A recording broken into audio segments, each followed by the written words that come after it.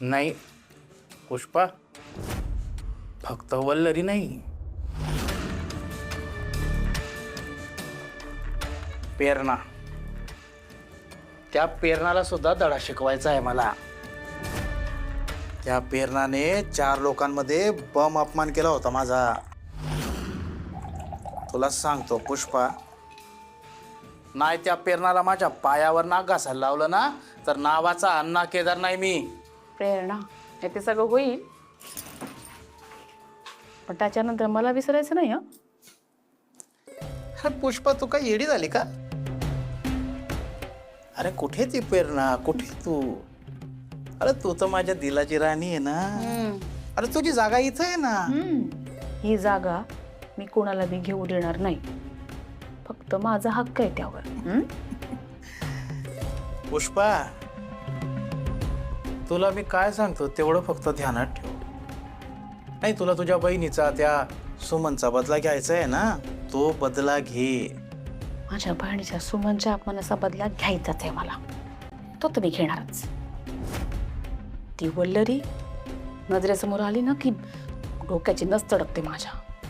पण काय करणार, डोक्यावरती बर्फ आणि तोंडात साखर ठेवून वावरते मी तिथे.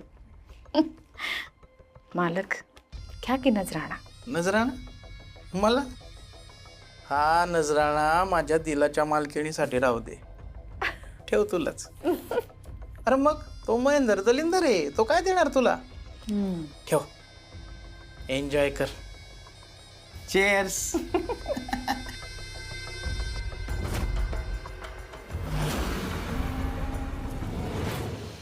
पण मी काय म्हणतेय, कशाला स्वतःला एवढा त्रास करून घ्यायचा? माहिती आहे ना, आपल्या आवाजाची पट्टी वाढली की आपल्यालाच त्रास होतो, आपलंच डोकं दुखतं. मग हे बघ तेजा, उगाचच भांडणाऱ्या कॅटेगरीतली मी नाहीये, तुलाही माहिती. पण आजचं भांडण गरजेचं होतं. हे बघ प्रेरणा, अजित ना चांगला माणूस आहे, इतरांचा राग त्याच्यावर नको काढत जाऊस. अजित चांगला माणूस आहे, गरजेपेक्षा जास्त चांगला माणूस आहे, हाच प्रॉब्लेम आहे ना तेजा. म्हणजे माझ्या नातेवाईकांना ना स्वतःचं नातेवाईक समजून तो खूप प्रेमाने त्यांच्याशी वागण्याचा प्रयत्न करत असतो. पण माझे नातेवाईक हे सगळं डिझर्व करतात का तेजा? म्हणजे नक्की म्हणायचं काय तुला?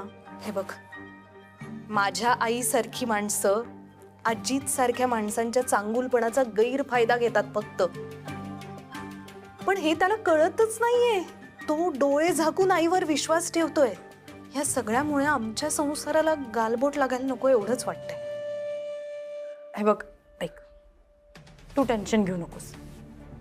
मला असं वाटतं की अजित समजूतदार माणूस आहे.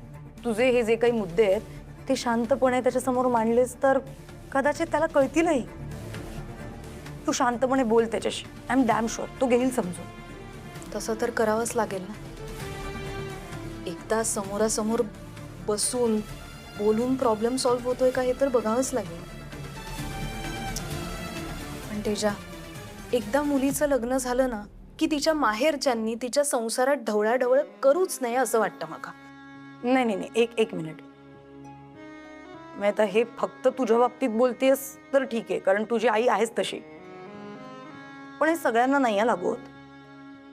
म्हणजे प्रॉब्लेम काय ना, एकदा का मुलीचं लग्न झालं की तिचे आई बाबा डोक्यावरचं ओझं उतरल्यासारखा तिचा विषयच सोडून देतात. आणि मग संसारातले प्रॉब्लेम्स फेस करताना ती मुलगी एकटी पडते. नाही, माहेरच्यांनी मुलीच्या सासरी लुडबुड करूच नाही, पण म्हणून ती एकटी पडणार नाही याची सुद्धा काळजी घेतली पाहिजे. थोडक्यात काय, प्रत्येक नात्याची एक सीमारेषा असते आणि ती प्रत्येकाने पाळायला हवी. सासरच्यांनी पण आणि माहेरच्यांनी पण. एक्झॅक्टली. पण हे माझ्या आईला नाही ना कळत. तिला तिचा स्वार्थ दिसतो फक्त.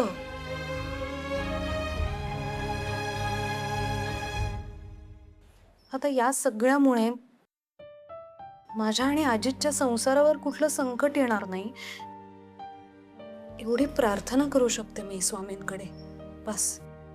प्रेरणा, डोंट वरी, असं काहीही होणार नाहीये.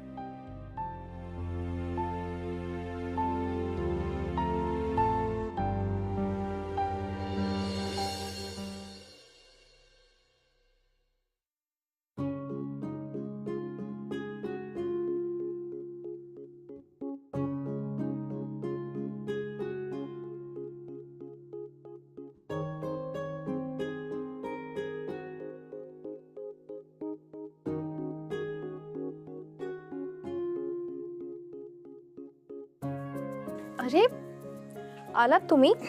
कांदा तुमच्यासाठी चहा नाश्ता घेऊन येते मी. अहो चहा नाश्ता काय नको, बस माझ्याजवळ थांब. काय झालं? सगळं ठीक आहे ना? ठीक आहे, डोकं चिपून देऊ? प्लीज.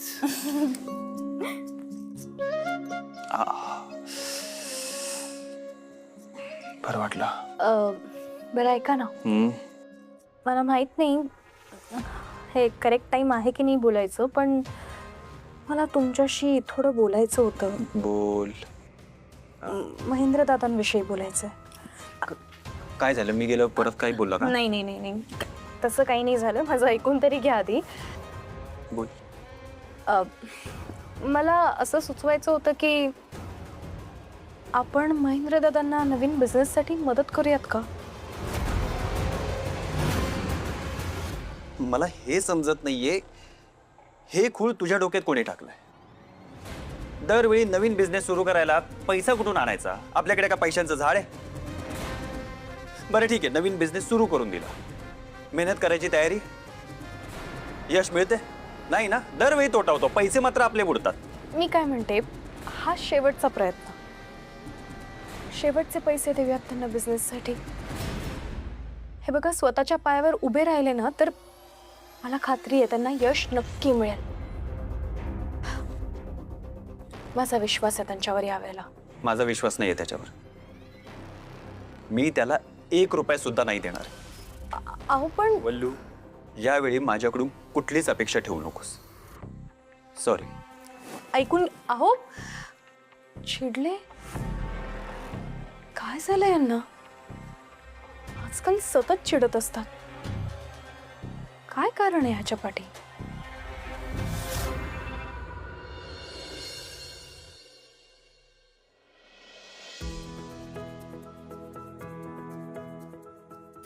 ही भांडी एवढी पुसून काय ग वल्लरी, तोरण करायला बी घेतलं? हो. तुला सगळं कसं जमतं ग? हा, हातातलं उरक पण आहे तुले. कसला उरको वहिनी, अजून बाळकृष्णाची मूर्ती सजवायची आहे, स्वयंपाक बाकी आहे, आणि तुम्ही सुंठवडा तयार केलाय ना? किती काय करतेय. सुंठवडा तयार आहे बरं का जाऊ बाई. मला माहितीये तुला आवडतो सुंठवडा. अगं हो, रुईची पानं आणायला लागतील ना, त्याच्यावर उपवास सोडायचा असतो.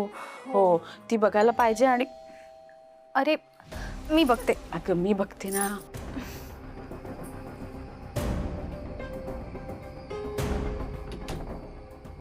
नमस्कार मॅडम. नमस्कार. मी वल्लरी मॅडमना भेटायला आलोय. कोण तुम्ही? मॅडम मी पत्रकार आहे, त्यांचा इंटरव्ह्यू घ्यायचा आहे मला. या नाही ना, आत या ना. थँक्यू. वल्लरी, अगं पत्रकार आले, तुझा इंटरव्ह्यू घ्यायचं म्हणतात.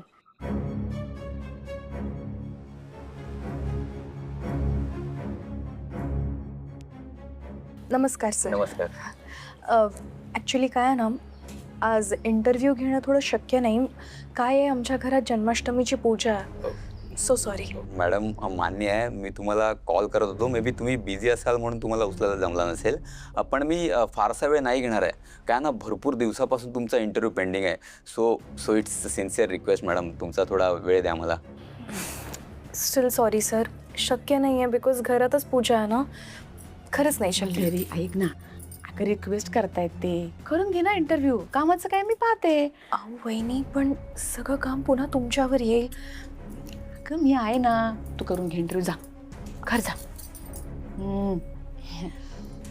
बरं सर, तुम्ही प्लीज गॅलरीमध्ये वाट पाहता का? थँक्यू.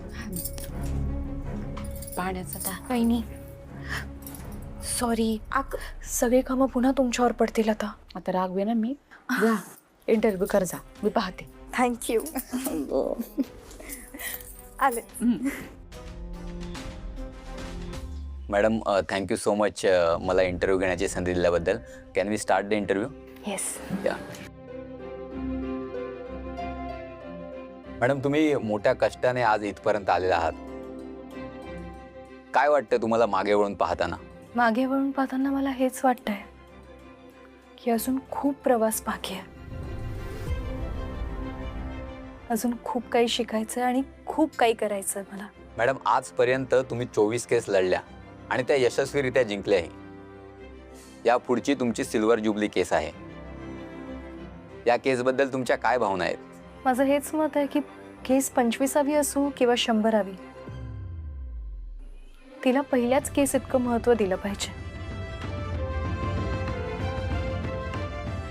आणि मी कायमच अन्यायाविरुद्ध असाच लढा सुरू ठेवणार.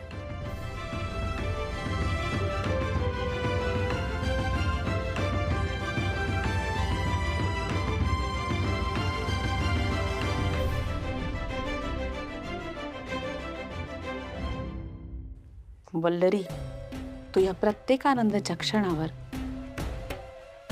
नाही पोतेरे फिरवलं ना तर नाव नाही सांगणार.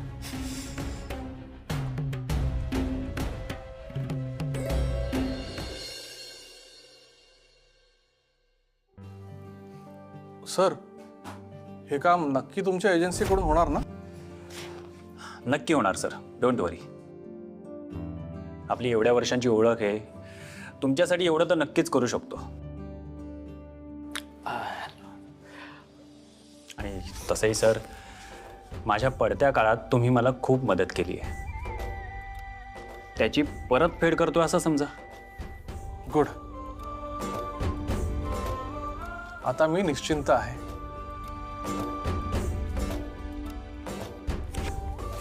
थँक्यू.